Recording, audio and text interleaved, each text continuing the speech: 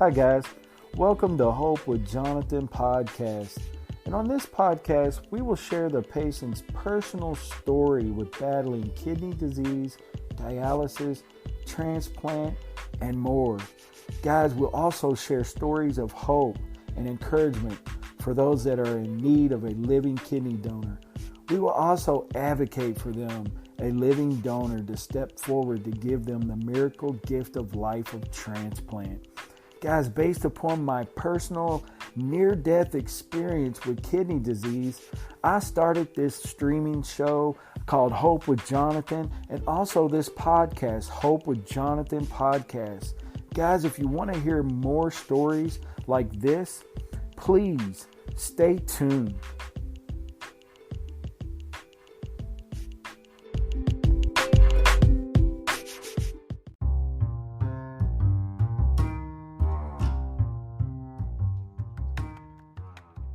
Hey guys, welcome to Hope with Jonathan podcast. Thanks for all the support for the podcast, also for Hope with Jonathan. Definitely appreciate it. If you're interested in helping out and supporting what we're doing with Hope with Jonathan and the Hope with Jonathan podcast, you can definitely do so by clicking on the listener support. Also, you can find us on social media at Facebook, Instagram, Twitter. We're also on YouTube, and you can find us also on TikTok. All you have to do is type in Hope with Jonathan, and you can find Hope with Jonathan podcast. You can find us on almost all platforms, mainly on Spotify and Apple Podcasts. We're on some others, but feel free to find us on any platform that you can. Thanks again, guys, for tuning in and listening to Hope with Jonathan. Appreciate your support. Thank you very much.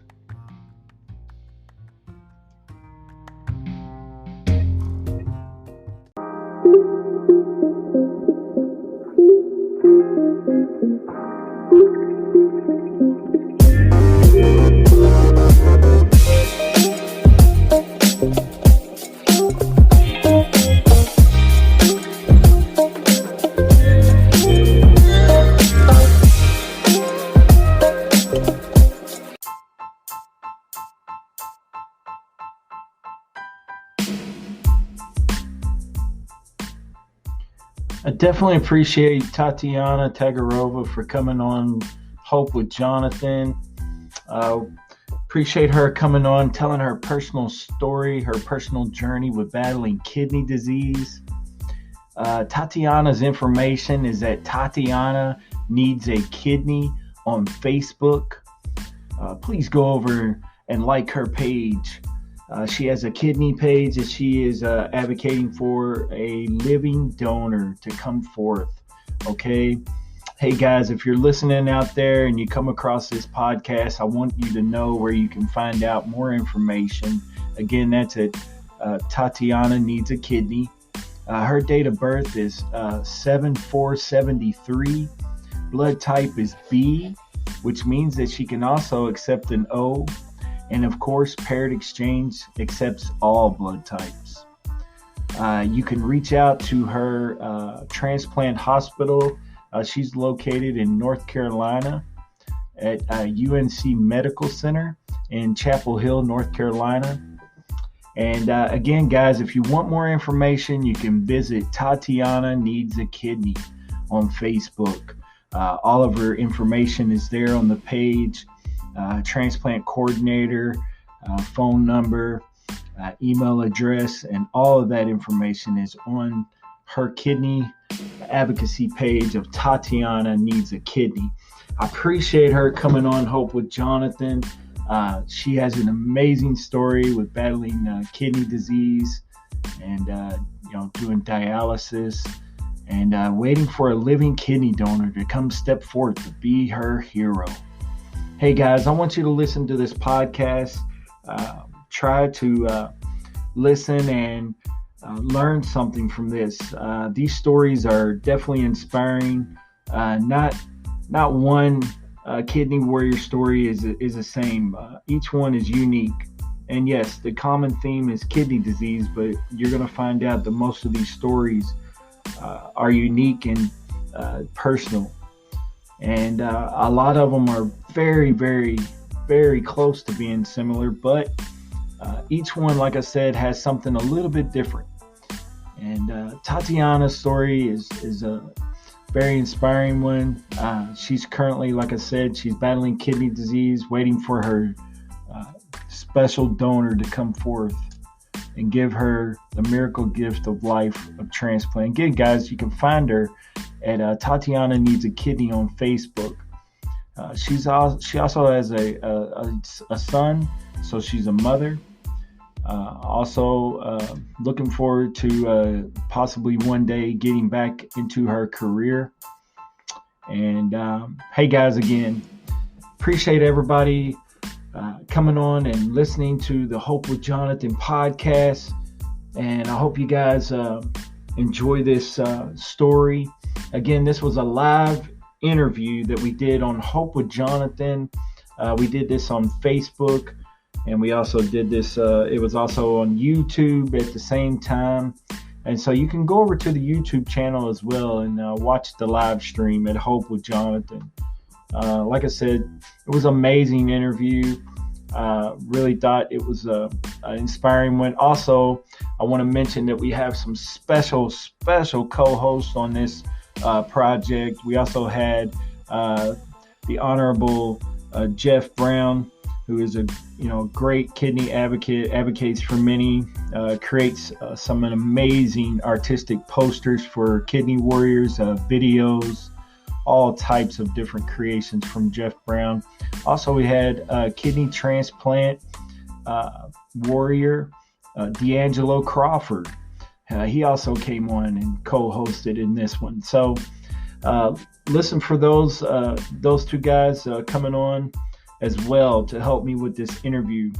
Guys, again, you can find Hope with Jonathan podcast on Spotify and Apple Podcasts. You can also find Hope with Jonathan, the live stream show, on YouTube, Facebook.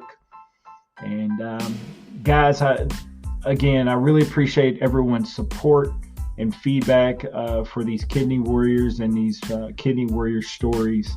Amazing outpouring of just different comments and people reaching out, people messaging me, people reaching out to just different aspects of different people that I'm involved with as well.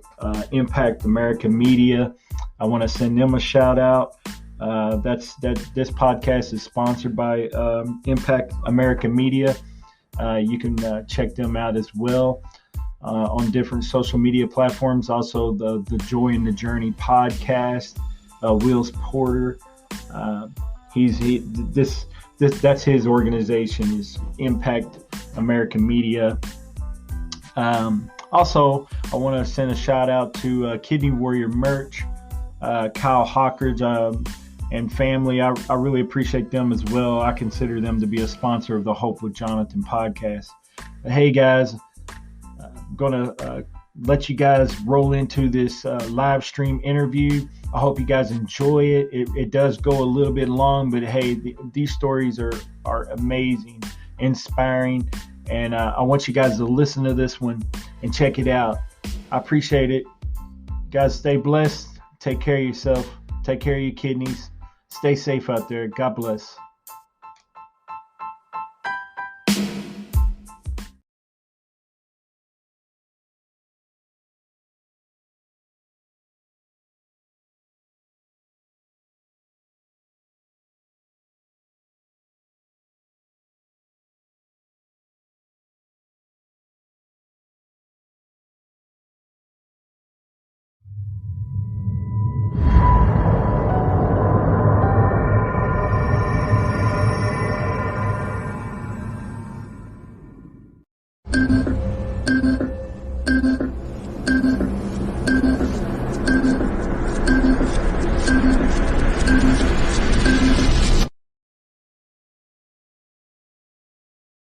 Be strong.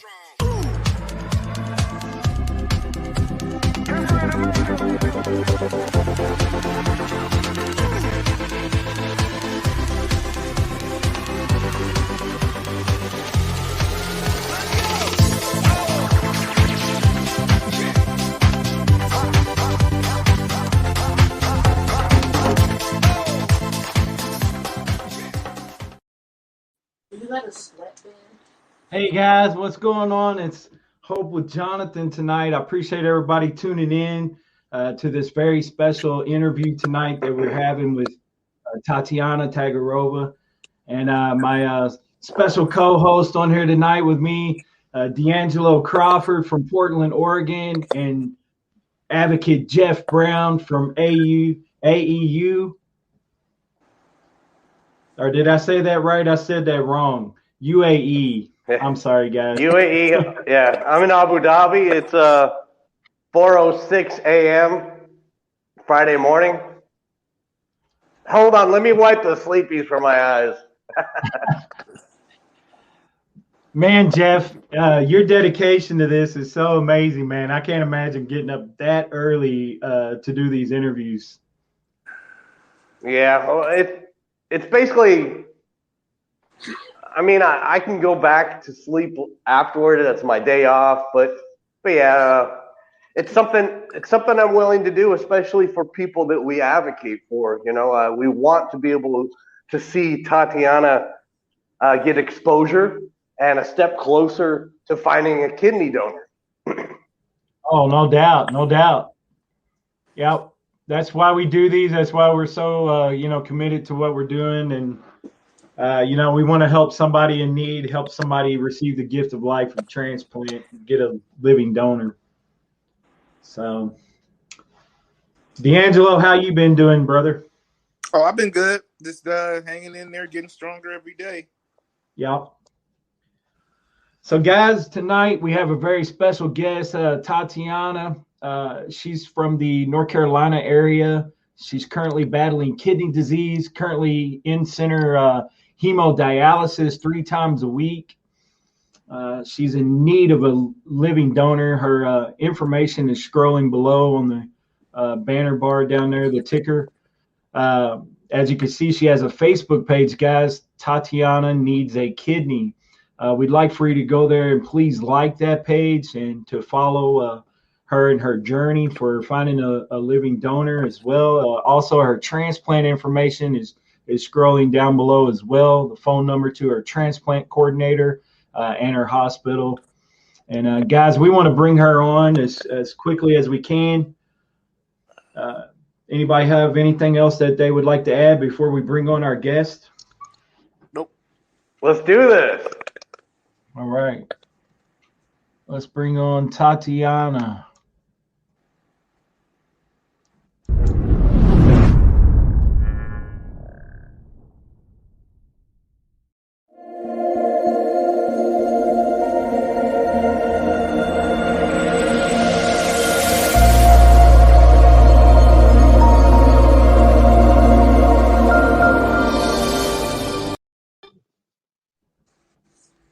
Hello, Tatiana. How are you? Hi, good. Welcome to a show, Hope with Jonathan. Thank you. Tatiana, I'd like for you to tell everyone out there where you're located at. I am currently located in North Carolina. I've lived here for 10 years now. Okay. And So you've been there 10 years. So where were you moving from when you arrived there in North Carolina? Well, I'm originally from Russia. I came to the United States in 1993. So I have lived here in the United States for about 26 years. I have also lived in Puerto Rico for 9 years. Really? Wow. Interesting. Yeah, my son was born in Puerto Rico. Do you speak Spanish as well? Yes, I did not officially learn it, but I pretty much understand everything and can speak basic Spanish. Okay, so you can get by with it. Mm-hmm. Interesting. I lived in Germany for 6 years, and I had to learn to speak German. And I live in Abu Dhabi, UAE, in the Middle East. And so I at times have to get by with Arabic, you know. Mm-hmm. Mm-hmm. And where do you currently live? Yeah, so I live in Abu Dhabi, which is about an hour's drive south of Dubai, and it borders UAE borders Saudi Arabia and Qatar. So how is the atmosphere over there? Like, I mean, it's very laid back. Well, I mean, we've had very, I would say, pretty consistent and tight restrictions in the pandemic. As far as enforcing the social distancing and wearing a mask, and we had to wear the gloves with the mask for the longest time until just recently, the last couple months. But Yep. So Tatiana, where are you from originally? What country? Russia, but I have lived in the US for 26 years, right? Okay. But I'm originally from Russia, yeah. This is quite an adjustment to move from Russia to the States, huh? Well, it has been a long time. I don't even know what Russia is anymore. Don't really follow much. There is a singer that I really like from Russia, but that's about it. Yeah. But I like Russian literature, music, and the contemporary singer that I really like. Yeah. Okay. But not the weather. Cold here. Yeah. And I was born in Siberia, but I was only like 2 years old when we moved. And supposedly it was like very cold and very hot. Yeah. Over there. Yep. I have a couple of Russian dolls at the house, the ones that you can take apart and they have other dolls inside of them. Yeah. They're really cool.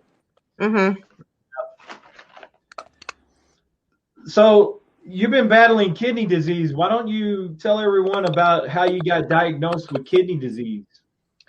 Well, my father passed away in Russia in 1991, and he didn't go into, like, I'm 47, my father was 53, and he didn't have kidney failure.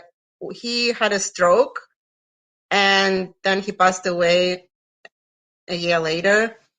And when they did the autopsy, they determined that it was a polycystic kidney disease.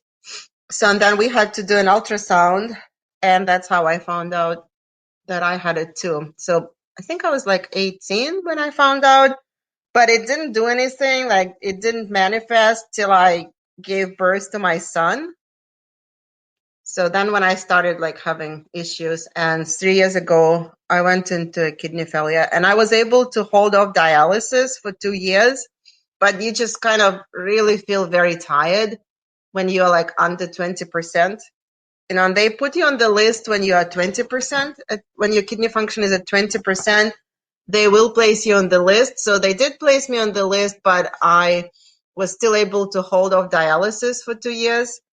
And then I have done dialysis now for a year.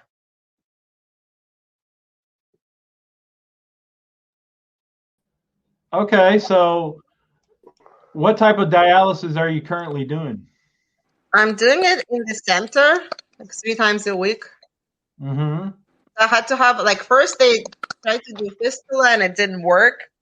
And then I had a graft. And then I already had like 2 surgeries on my graft because some issues. Yeah. It's just not easy. Oh, no, it's not at all. Were you able to try peritoneal? So you're still. I'm sorry, DeAngelo, what did you say? I said, were you able to try peritoneal dialysis? I don't have anybody to help me, so I decided to do it in the center. I never tried it at home.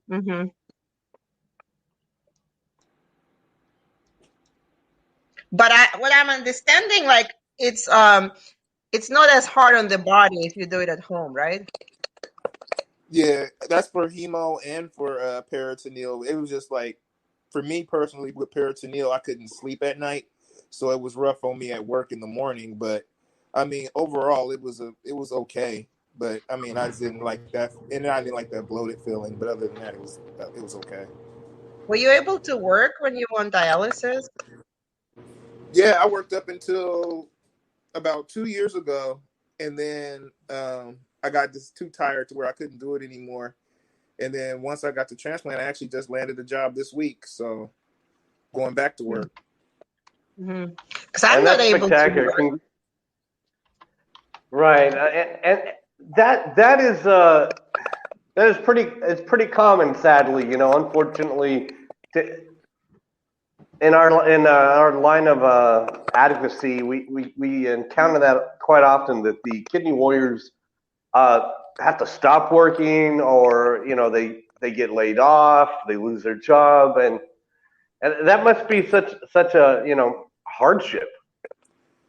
Yeah, it's a downer. Yeah, because I didn't even have like any money because it takes time to, like in the United States, it takes time to get Social Security, disability. So like, right, it does a long time. Yeah. I think like for 2 years I didn't even have any income, and then it's like Social Security, disability, which you earn anyway. Like you earn it, right? Because like I have worked previously. I have worked for 14 years. Yep. But what you get compared to what you get when you're working is just small chips compared to, and it's hard to live on. What did you say? Like 40% of what your pay was. Yeah. Right. And then the thing is, like Medicare, I'm 47, so like before like 65, supplemental is very expensive, like almost 500 for me. And actually I have a good plan for supplemental. And then Part B, I think it's like almost 700, between Part B, D, and supplemental. And that's a lot of money. Like it's almost like half of your disability income. Yeah. So, and you still have mortgage to pay and other bills to pay. I can actually help you out with that. If you want to reach out offline, I can actually help you out with that and get that cut way down. Okay. Oh, that's great. Yeah, that's a good idea. Yeah. Sidebar after the broadcast, and get that straightened out. This is exactly the reason why we're lucky to have DeAngelo on board with this. Oh yeah, I'm really proud. I'm really proud to have him. I think DeAngelo's a great co-host for sure. And I appreciate everybody helping me because it's just not easy. And in my case, like I don't have family. My only adult family who can help me. My only family is my son. He's 18, but he cannot really help me much, because he's not an adult yet. Right. Yeah. Yeah. So he's going to college now. He just graduated from high school last year, right? Yes, he was a salutatorian, the second best in his class. And he's studying like at the same where I am listed with the Transplant Center. It's Chapel Hill, North Carolina. That's where he goes to school. But he's busy with school. It's like first year college. It's not easy. They're very busy. Yeah. Okay. That was my next question for you. Was where are you currently listed at? Yes, I'm currently listed with University of North Carolina at Chapel Hill Medical Center. And I already had like 5 people that tested for me in the last 3 years, but they didn't qualify. Yeah. And it's not because it's hard for me to find a donor. Like I don't have antibodies, so it's like pretty much anybody can be my donor. But just for their own health issues, they didn't qualify. And currently, I have another person just found through Facebook. She's located in California, and they're currently testing her. Okay. But they told me like keep looking because you never know if the person will qualify or not. So they said like keep looking like actually in the surgery because people like the donor process doesn't wish to be a donor. You never know, Exactly, and your nephrologist or whoever it was on that transplant team that recommended to continue looking, that was very sage advice, very wise advice, because any number of things can happen along the way in the testing process that would preclude that person from moving forward as a donor or disqualify that person as being your donor. So it's always wise to get as many people to come forward and in the testing process as you possibly can. Yes. So like I'm not able to work, but I do sell Mary Kay to help me with this insurance costs. So like that's all I'm able to. But I'm not able like to go like to an official job. I used to teach college for 15 years, but I cannot do that anymore. Wow, that is impressive though. Yeah. And where did you teach college? University of Puerto Rico, and then Elizabeth City State University. Wow. Okay. Wow, So that's impressive. What subject? Writing and literature. Okay. So we got to get you a donor so you can get back to doing your teaching again. Mm-hmm. But I'm glad you're feeling better, like Jonathan and Jonathan. How long you have recently had a transplant, right? On the 11th of this month, will be 6 months. Thanks be to God. You're doing great. Thank you. I appreciate that. Mm-hmm. We want to help you get there any way we can. So, DeAngelo, do you feel like you are okay to like be able to work now? Yeah, I'm like itching to get back to work and actually like contributing to society again. I hate being like just a bump on the log, so I'm itching to get back to work and actually like concentrating and throwing some more money towards this food truck and building that up. Mm-hmm. So, I mean, you're exactly how many weeks removed from your kidney transplant again, DeAngelo? Is it 6 weeks? It'll be 7 weeks. 7 weeks today. 7 weeks. Now, I mean, that's quite an amazing turnaround of a recovery. I mean,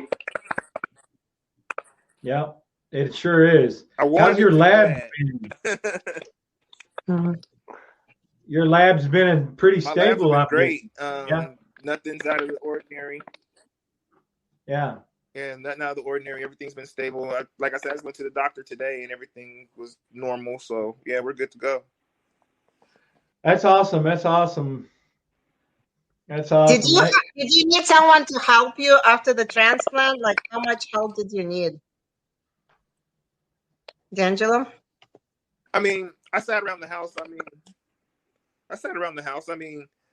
Keitra, my girlfriend, she gave me some help and stuff and made sure I could actually get around and do the things that I need to do. But mostly I sat around and just healed up and made sure I wasn't doing any sudden movements to have any pain or anything like that. Yeah.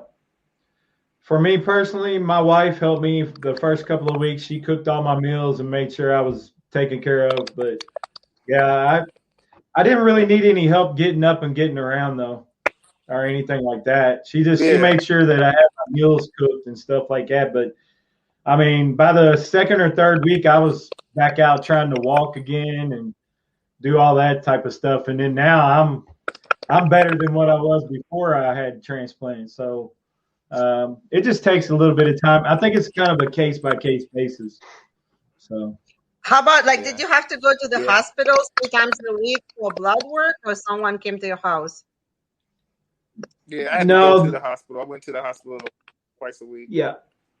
Yeah, I went the first couple of weeks. They'll have you coming twice a week, and then once you get pretty stable with the numbers, they'll release you to go into like a lab in your local city or closer. Or see, I'm an hour away from my transplant center, so I go get my blood work at a local laboratory here, and I do that every 2 weeks now. Mm-hmm. And soon enough, I'll be probably monthly. Mm-hmm. And then they'll keep pushing it like 90-day, and then I guess eventually it'll be like maybe annually. I'm not sure. Mm-hmm. They haven't really told me yet. So. Did you feel well like right after the transplant? You felt much better?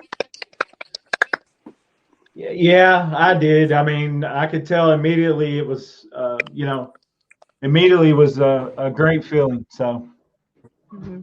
Yeah, they told me that as soon as they hooked up the kidney, it started functioning immediately. So I guess everything took really well, and I was filling up the catheter bottle that they gave me. I was getting full and overflowing and stuff.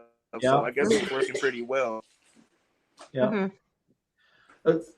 Tatiana, what type of support system do you have right now? You said your son, he's kind of well, my big. son is busy with his studies, but if I have a transplant, like, of course, he'll help me, like, bring me meals.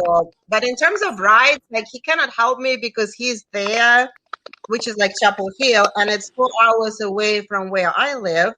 So I had to find like friends to help me. So like I had like a group of people that said, like, maybe about 5 people that said they would give me rides, because in my case, like, I would need rides to, and it's 4 hours away. Yeah. And I was thinking, because I don't know if I mentioned to you, I'm also trying to get listed with another center in Richmond, Virginia, because they have a lesser waiting time for the deceased donor, but it's also like 4 hours away, so it's about the same distance. Okay. So like that's why, like, I found like 5 people that can possibly give me a ride, that they said they would give me rides.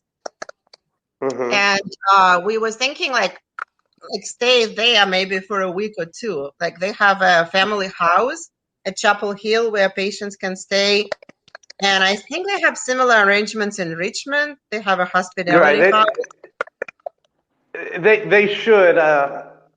Every transplant hospital, your social worker or your transplant coordinator should be able to give you the advice for that. But every transplant hospital has some sort of place where you could stay like that, and family members.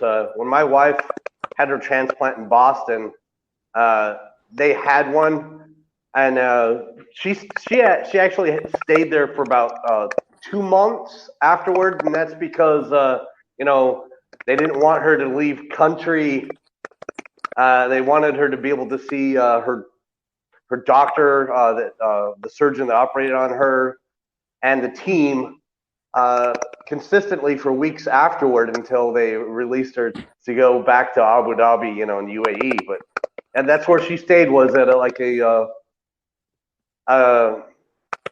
patient hotel right there in the vicinity. I mean, I think it was walking distance, but of course they had a shuttle bus that would pick up patients and take them to the hospital. Mm-hmm. So you're also listed in Virginia, you say, or West Virginia? No, I'm just trying to get listed with them. It's in Richmond, Virginia. They have less waiting time for a deceased donor. Okay, that makes sense, because that gives you options. Also gives you a little more exposure to where you're not leaning upon just one transplant facility. Mm-hmm. Yeah, but the living donor, Chapel Hill is currently testing the living donor. Okay. Mm-hmm. What blood type are you? I am B positive. Okay. Okay, so since you're B, then that means you can accept O as well, right? Yes, B and O. Mm-hmm. Okay. The problem has been 5 people tested for me but didn't qualify. It's hard to find a healthy person, and sometimes people call me, but they don't really understand. Like, some of them think it's like giving a blood to give a kidney, but it's much more complicated process than that, to be a living donor. Yeah. If it were only that easy, right? I mean, and it's more than just being a compatible blood type as well. I mean, you have to be healthy, and let's face it, we're in America, or I'm not, but in America, most people are not healthy after a certain age because of the eating habits, Mm-hmm. Yep. Yeah. It really is based, I truly believe, on eating habits. And if we were all raised from an early age up to eat healthy, then maybe all these problems that lead to diabetes, high blood pressure, maybe they wouldn't be so bad, And who knows, maybe even polycystic kidney disease wouldn't rear its ugly head until much later in your life, or maybe not at all, Yeah, Like my father was 53 in Russia, and he didn't go into kidney failure. Wow. But medically, it's hard to say. Like I understand what you're saying about the diet. Like yes, like I agree with it. But in some cases, it can be like you can still have the best diet and still, it all depends. Like I think it's just it would still definitely be there. I totally agree with you on that. But I think we can hold it off, keep it at bay, and it wouldn't progress in the stages to stage 5. Well, for people with polycystic kidney disease, a lot of times family history, it's going to probably happen if it's going to happen. But I think what Jeff is referring to, like people with chronic diabetes and hypertension, the preventable diseases that cause kidney disease can be, we can help keep that at bay if we, follow a proper diet and exercise and things like that. So I see what he's talking about. DeAngelo, what did you want to say? I'm sorry, I think I interrupted you. Oh no, you didn't interrupt me. I was just saying that hygiene plays a big factor too, like with like your oral hygiene and stuff. That plays a big factor because when you go to the dentist and they see you have infections, you fail being a donor as well. Mm-hmm. Yeah, and so like with the donors, and it's not only just physical health; it's also mental health. Yeah. And it could be, if they smoke, if they're overweight, if they took drugs, there are so many factors. And then they call you, and I think most of them don't realize like all these factors, drugs, smoking, weight, mental health, physical health. And I had like some people calling me, but like, I could tell, like they didn't even have to call my center. Like I knew they wouldn't qualify, Yeah. Well, I mean, can I ask? If you really, go ahead, DeAngelo. I'm sorry. No, it's okay. Go ahead. I was just, how many friends or family members do we have, that don't have anything on that list? I mean, so it really does short list. When you go down the list of kidney disease requirements to be a donor, I mean, you go down the list. You have to check off that you don't have high blood pressure, that you don't have anxiety, you don't take any sort of medication for depression. It's a long list of things, and it really does short list who can be qualified. Yep. And you know what I found out is that people. I'm sorry, DeAngelo. Go ahead, brother. Go ahead. No, go ahead, man. Go ahead. I'll wait. No, let DeAngelo speak. Yeah. Go ahead, DeAngelo. Go ahead, DeAngelo. I'm sorry. Ask you. Oh, no, it's okay. I was just going to ask you, with the kidney, like the deceased donors, are you also looking at the high risk kidneys that like people who have like had a higher risk lifestyle, or are you just strictly like clean, never did anything before type of person? Is that the type of donor you're looking for, or are you looking at a mixture of both? Well, I'm not sure. I know I have signed for hepatitis C, and I don't know if high risk donors have hepatitis C. I am not sure, but I signed up like to agree to receive it from hepatitis C because they told me like it's curable. Like even if I get hepatitis C, like there is a miracle pill for that, and I'll be fine. And the waiting time like a quarter if you agree to receive it from hepatitis C donor. Yeah, they said that, like, I know over here in Oregon, they had the high risk one where it was like people that had like been in prison or maybe engaged in like homosexual activity, things that like unprotected activity, things that put them at risk.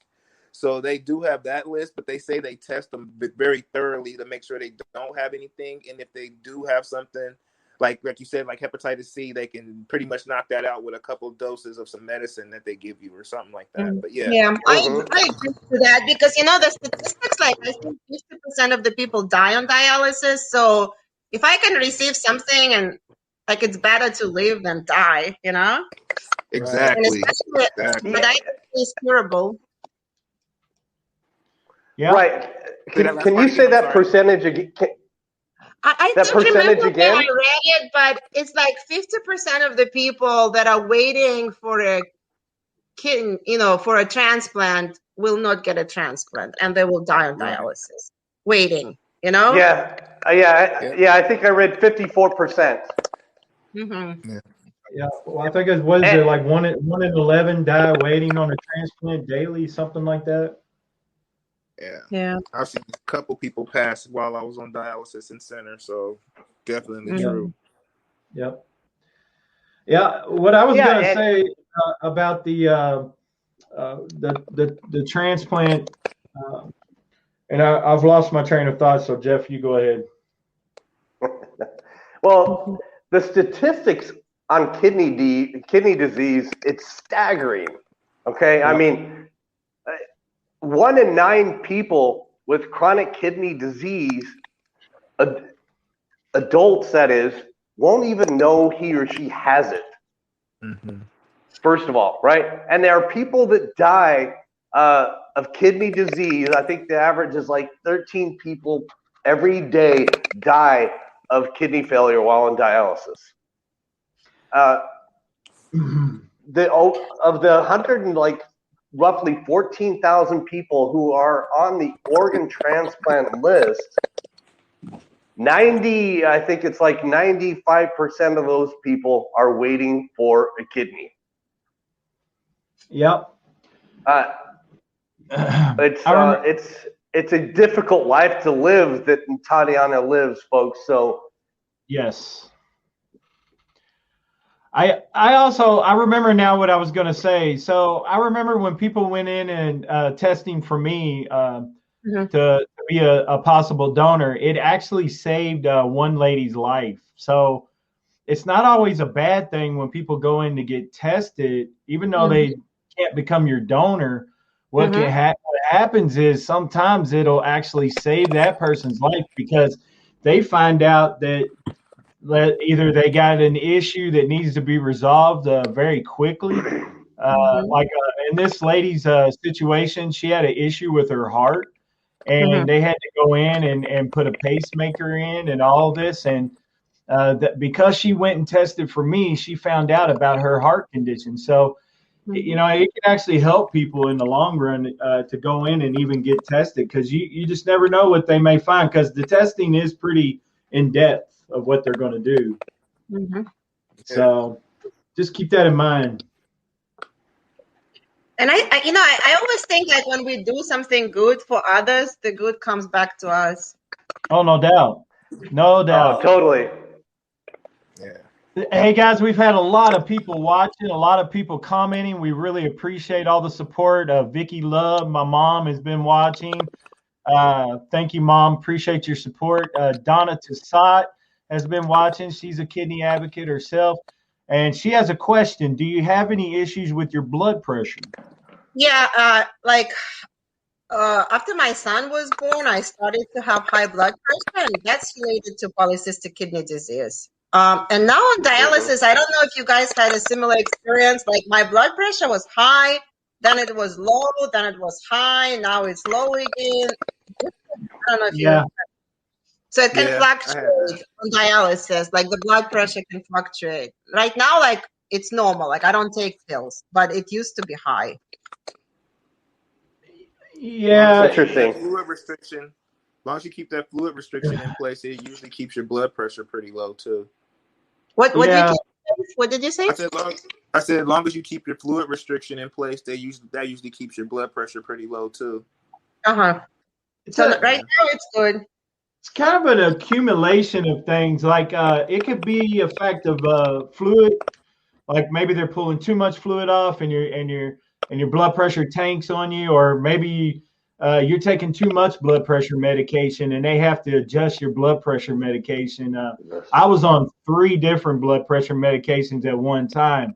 And then as they slowly progressed me in dialysis, they took me off of one. And then as I went on the home hemodialysis, I was only on one, and then now that I got my kidney, I'm not currently taking any blood pressure medication, which is totally amazing. Isn't that amazing?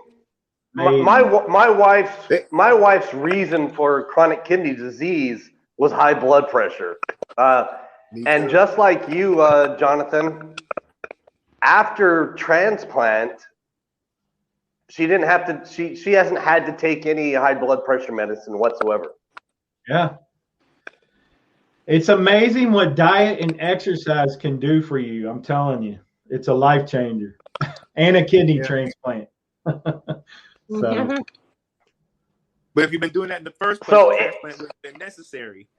That's true too. And amen, D'Angelo. Amen, brother. Amen.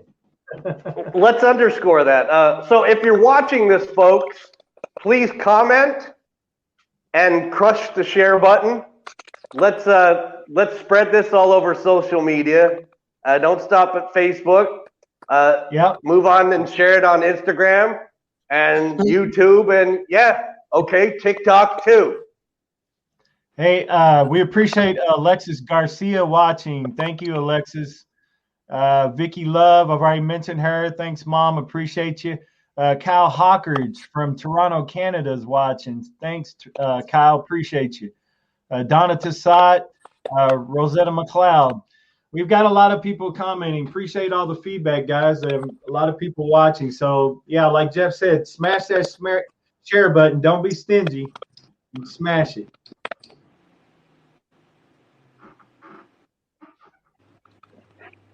So how did you decide to help others? Did you all get together, or how did you find each other? Well, Jeff's brother. That's a very good. Well, there you go. So, thank you, DeAngelo. So, DeAngelo got introduced to my twin brother, and you were on the Warriors Quest show, right, DeAngelo? Yeah. And how was your experience on Warriors Quest? It was great. I mean, it was fun. It was definitely like a time to share your story and get it out there and actually answer questions that people may have that they weren't sure of and things like that. So I mean, it was definitely a eye-opening experience, and it made me more interested. I knew I wanted to be a kidney advocate after I got my transplant.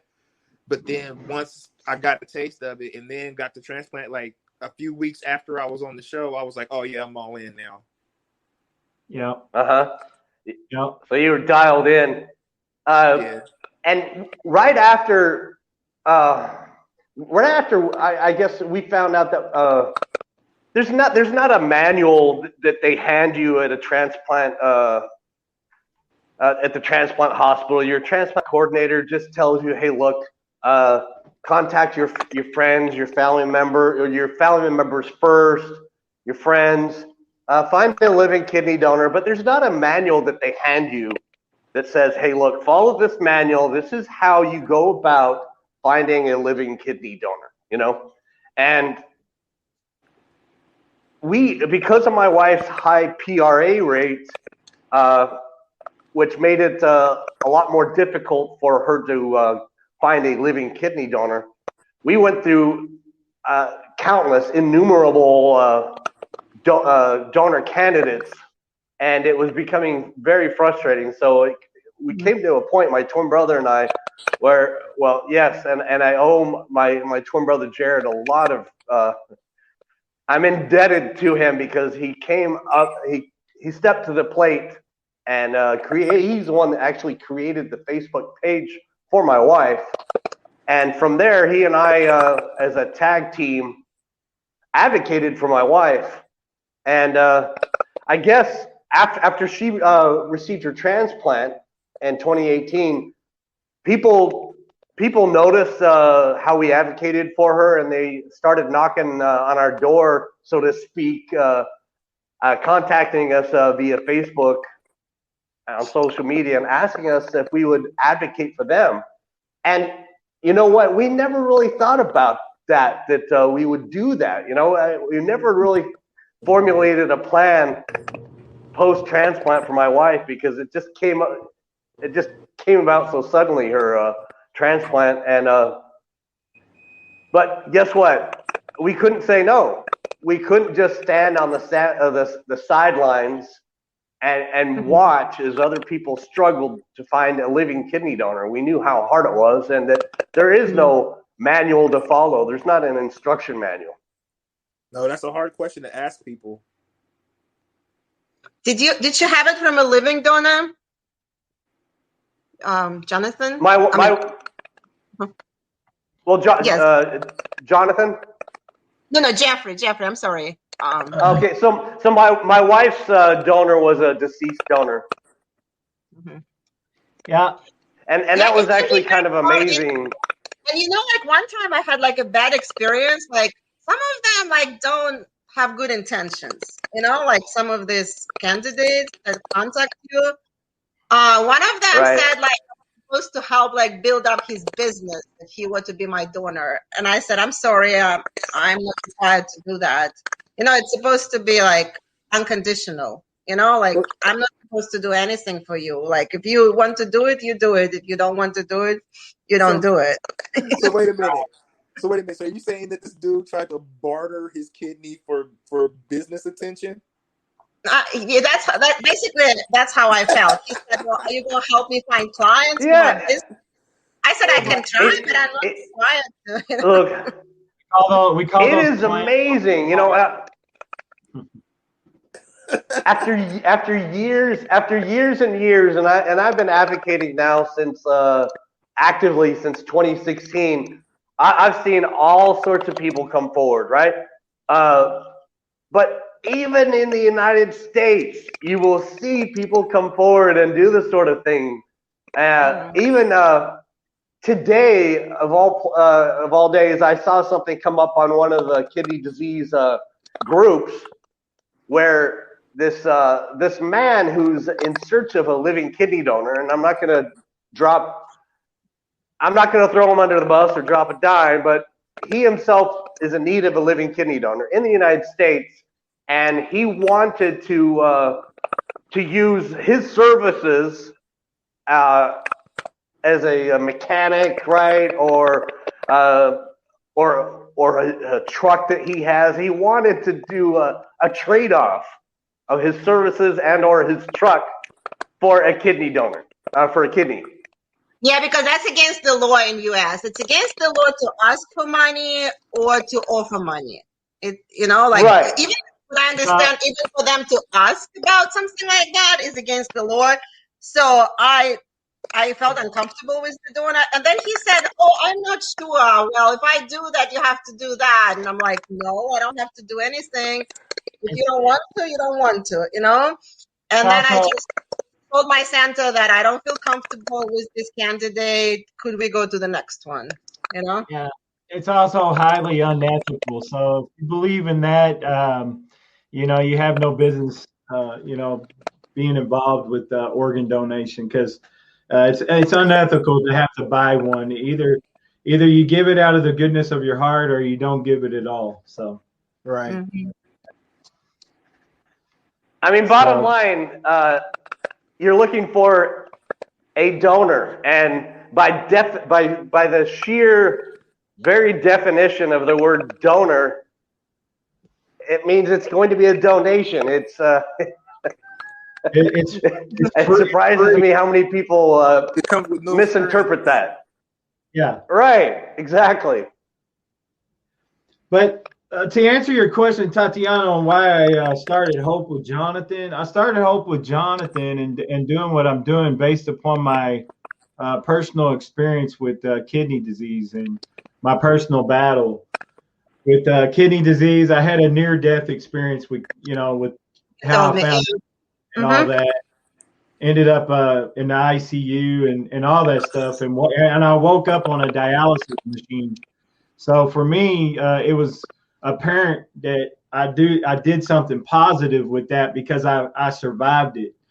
And because of that, I started Hope with Jonathan. I wanted to help other patients. First of all, try to help prevent, things like this happening to other people. And then number two, I wanted to help people receive the miracle gift of life themselves. So that's the reason why I started Hope with Jonathan. And sometimes you're just feeling like so weak and so sick, like even to speak to the donors. And then if you have like frustrating one, like the one I mentioned to you, like a potential donor, then it's just so hard because you're physically sick, you're looking for a donor, and then you like encounter trouble instead of a good donor. Yeah. It's easy. Like, it's like, if I ever get better, like I wouldn't mind like to speak to, like, I think, kidney failure patients, they need someone to like help them to talk to the potential donors. So like the potential donors would call someone else who understands the process, because not everybody understands the process, but someone who would understand it. So it's not like a sick person trying to like speak to this donor, Right, and you know what, Tatiana, that's what we're here for. The three of us are on the page that DeAngelo, thank you very much, created for you. And when somebody contacts your page, Tatiana needs a kidney. When they contact that page, either myself or Jonathan or DeAngelo will answer someone who contacts your page and speak to them directly, so that you don't have to, And of course, like if you have a good relationship, that's fine. Like, but I had some like not so good potential donors, and then they would like promise me one thing and kept me hanging and didn't follow through, and that can be very frustrating. I think they don't realize like how sick we are, and they really need to like be serious before committing. I understand that they're allowed to like say no, like even the last day, but I think it's important for them to realize like how sick someone on dialysis is. I think some people just don't realize it, and then you're right. If they make this decision, like think about it, talk to your family. Don't like, oh yeah, I'll do it, and then next day say no, I don't want to do it. That can be very frustrating for someone who's very sick. Mm-hmm. Wait, what about you, DeAngelo? Say that again. Oh, I was going to say, what about you, DeAngelo? Did you experience any similar experiences with donor candidates? No, but I had people that said they would donate, and I never heard back from them and stuff like that. So I mean, I took it with a grain of salt. I never took anybody seriously until they actually like came back with like some test results or something. So I mean, talk is a good game. So you can tell me all day you're going to donate, but until you do it, I really don't believe it. So I really didn't hold any water in that. And then that was really it. I was just focused on getting a kidney any way I could, but not bartering or selling myself or anything like that to get it. But I was really like just focused on well enough to where my test came back clean, to where if I could get a kidney as fast as possible, that would be the best thing. And that it actually ended up happening. So I can't ask for nothing more than that.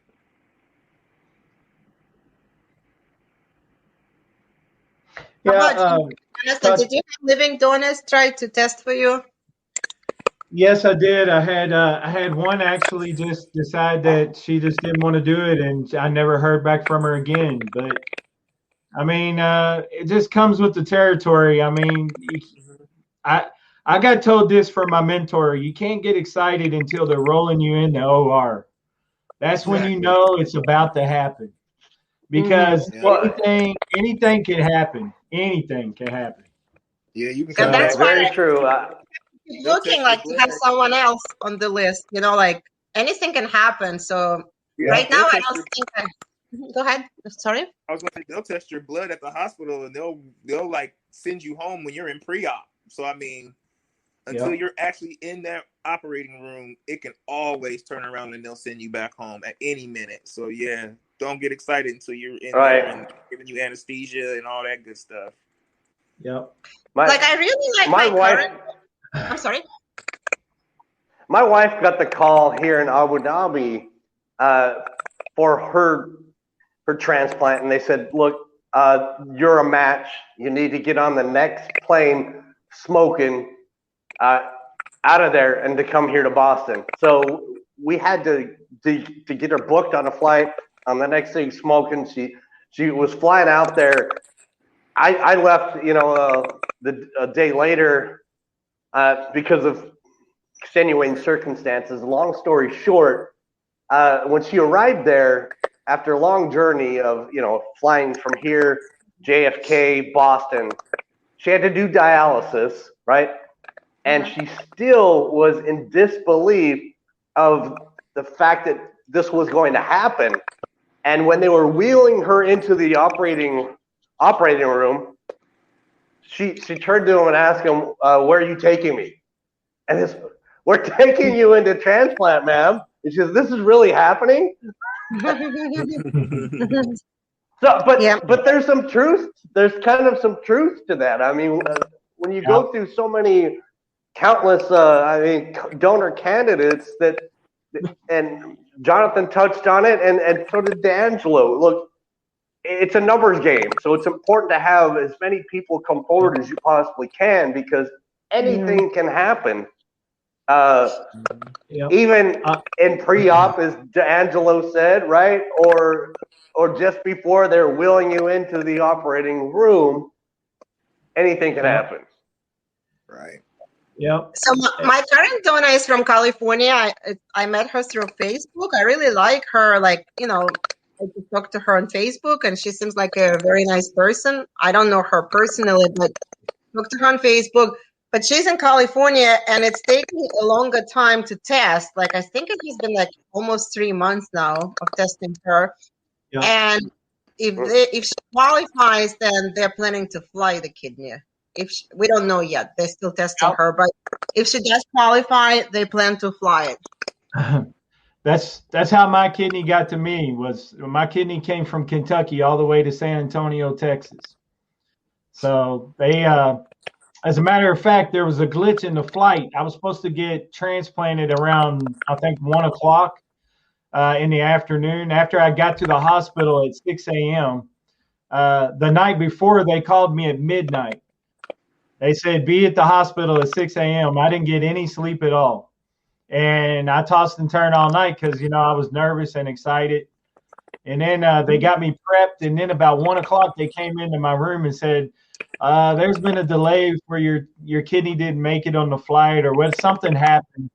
We're not going to be able to transplant you until about 7 in the evening. So, I got a little bit nervous at that point because I was like, oh, man, is this going to happen or what's going to happen? But I ended up getting the surgery later on that evening. But, these are the type of things that can happen. So. Mm-hmm. So you both had from a deceased donor, right? Most of you? Mm-hmm. Mm-hmm. Yeah, that's correct. My kidney. Go ahead. I was going to say, statistically speaking, a lot of, from what I've read, a living kidney donor kidney will last longer, and that's why people aim to receive a living kidney donor kidney. But yeah, it's not like you're going to turn down a cadaver kidney when it comes your way, right, guys? I mean, as long as you work out and stay healthy, you should be fine. I mean. Yeah. The longest and have a healthy diet, right? 60 years. Mm-hmm. Huh? Yeah. I mean, like I said, the longest kidney transplant lasted 60 years. So, I mean, you can definitely get the life out of a kidney if you really take care of it, take care of yourself, and do what you're supposed to do. Exactly. Yeah. Exactly. Yep. It's all about being proactive, staying engaged with your team. If you see anything happening, don't wait. Don't sit around and just let it linger.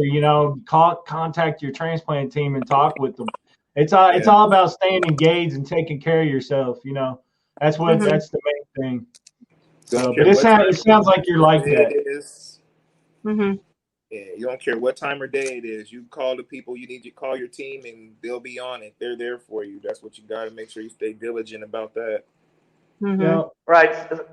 Speaking of calling, DeAngelo, if you all notice, there's a phone number up here behind me, and it's also behind Jonathan on his left, right? That phone number is the phone number to call to be a living kidney donor for Tatiana.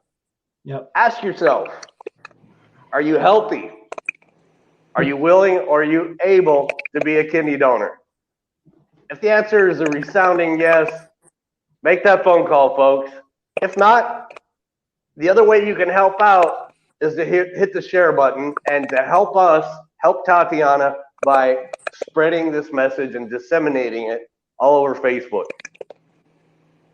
Yes. And from what I have been like researching about living donors, they are fine. And I have known like a couple that have donated to someone else, and they are living a healthy life, and they're doing very well.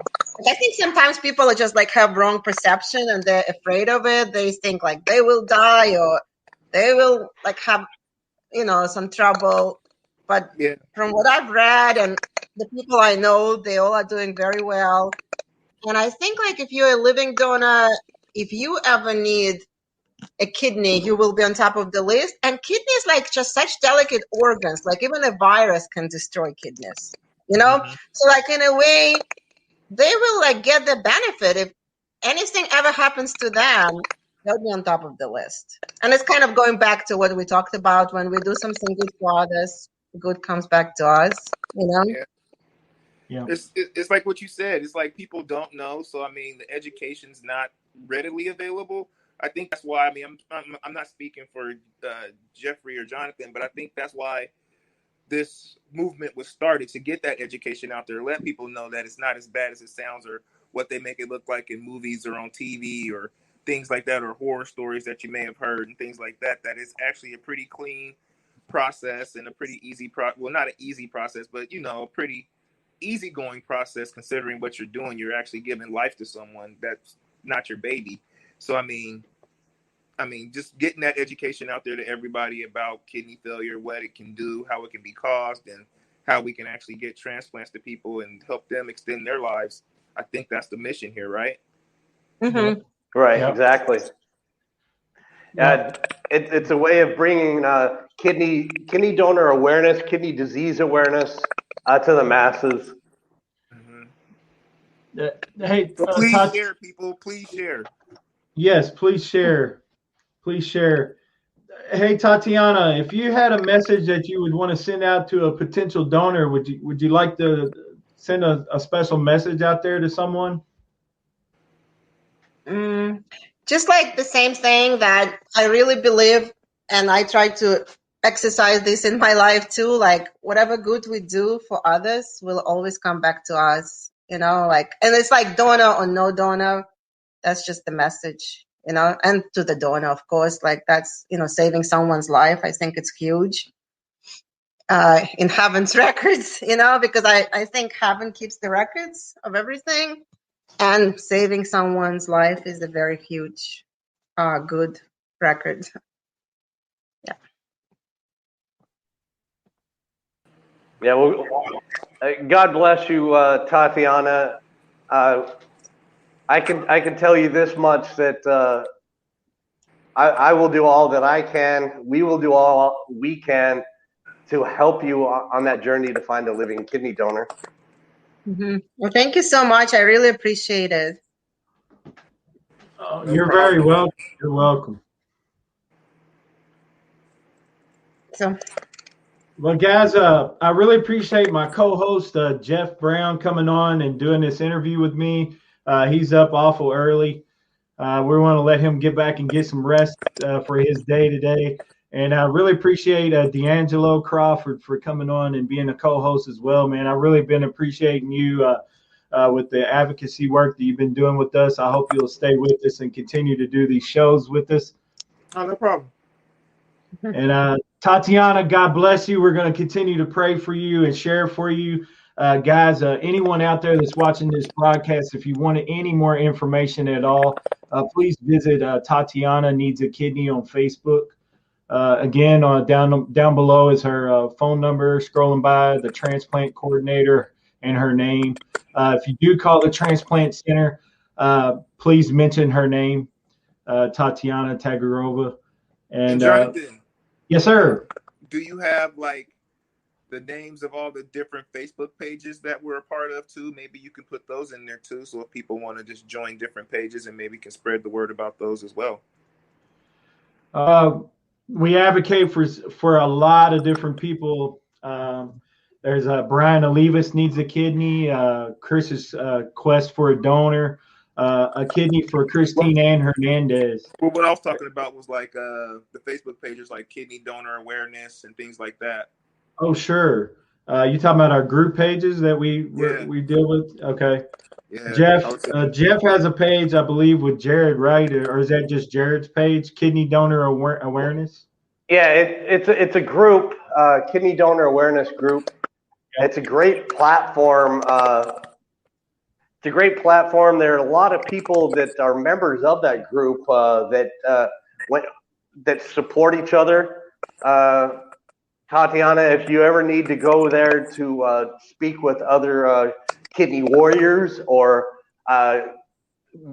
those are the warriors that are members of that group that are either post transplant warriors or pre transplant warriors, and there are people that automatically, when they see a post arrive in that group, share it. We have some share monsters in that group.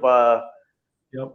And I love the group because sometimes what I like to do when a post is not receiving the reach or the audience that it needs, I like to share it to that group, and it gives it a welcome boost and catapults it to getting reach that it deserves.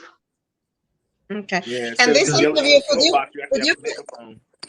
could you please post this interview on my Facebook page so like my friends can see it too?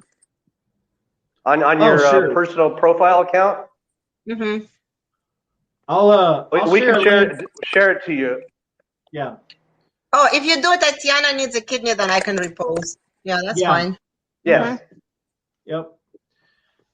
Well, guys, again, I really appreciate you coming on, Tatiana. God bless you, and we'll continue to share for you. Okay, and and I wish you well too. Like to recover, continue to recover well. Thank you. Yeah. Thank you. I appreciate that. Mm-hmm.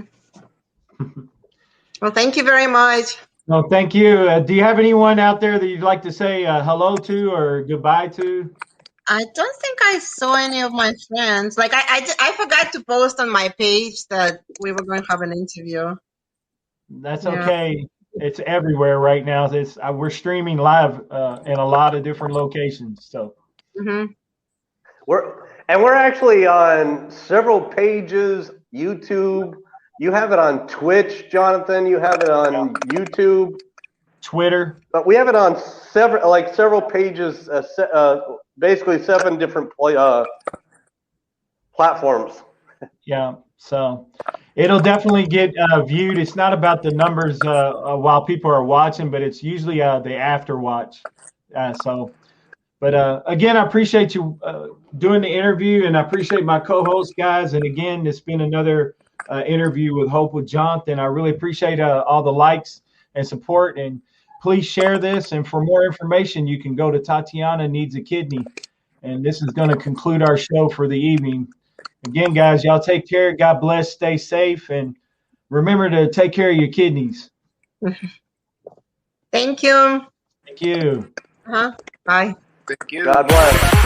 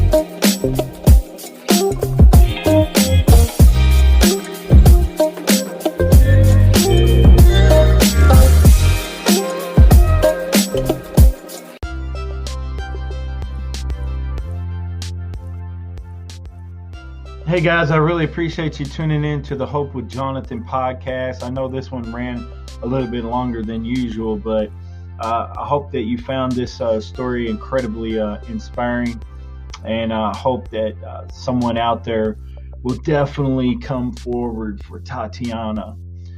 Again, guys, you can find her information at Tatiana Needs a Kidney on Facebook. Like I said, all of her information for her transplant hospital in North Carolina is there. Her blood type is B, which means she can accept an O. And also there's the paired exchange program. If you're not familiar with the paired exchange program, it's basically a kidney swap. You can also Google search paired exchange, and there's many different articles. The National Kidney Foundation has a great article on paired exchange. Also, you can find out her phone number there and the email address to her transplant coordinator. Guys, again, please go over and like Tatiana Needs a Kidney on Facebook. And for more information, you can go there. Hey, I appreciate all my sponsors, Impact America Media, Kidney Warrior Merch.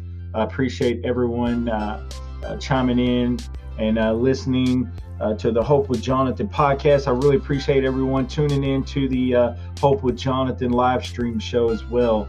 You can find more episodes on YouTube, also on Facebook. I have some videos there that anytime I do a live stream, you can always check it out on Facebook as well. But YouTube is pretty much going to be your go-to for most of my videos. But hey guys, I really appreciate all the love and support and all the feedback. And this has been another episode with Hope with Jonathan podcast. And hey guys, I want you guys to really take care of yourself out there. Stay safe. Remember that if nobody loves you out there, I do, and Jesus does too. And also, I want you to take care of your kidneys. If you're experiencing any issues at all that is kidney related, such as you notice, changes in your urine output, blood in your urine, foam in your urine. When I mean by foam, I'm talking about like major foam in your urine, something that looks abnormal. Anything that draws attention to something that's different in your body, such as swollen ankles or swollen legs, or you just don't feel generally well, tired all the time, fatigue, chronically fatigued. You just, don't have the strength to get up and go. And you notice that all foods is just starting to taste really bland, maybe a metallic taste of food.